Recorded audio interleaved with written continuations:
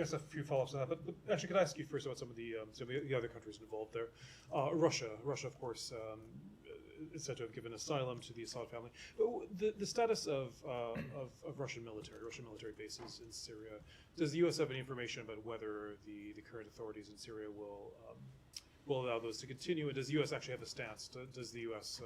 comfortable with those remaining there? We don't have any information about the status of those bases and what the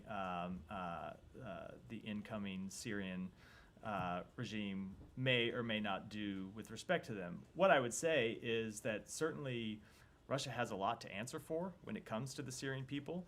You have seen Russia prop up a brutal regime that has murdered hundreds of thousands of innocent Syrian civilians, that has gassed its own people. You have seen the Russian government launch strikes targeting civilians inside Syria. And now, most recently, you see Russia giving safe haven to the brutal tyrant responsible for those attacks. So they certainly have a lot to answer for with individuals across Syria about their history of supporting Assad and their own pattern of behavior inside Russia. And it would not surprise me at all if people in Syria are asking those questions when it comes to the Russian facilities that remain inside Syria. Now, with respect to the United States position on those facilities, it is ultimately a decision for the Syrian people to make, not for the people of the United States.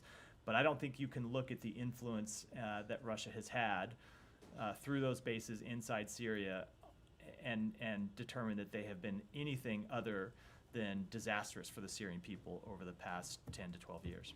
Okay, so I mean, I realize obviously it's tough for the U.S. to say that they're not there, but you just said they're disastrous for the Syrian people. I mean, would you be looking, as you said, you're judging them by actions, the new authorities?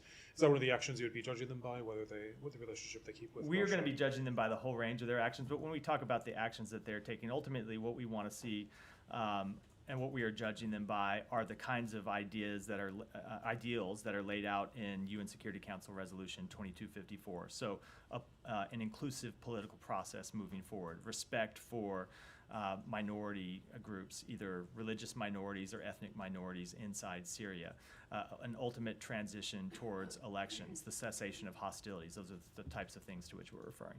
Can I just ask you about another neighbor?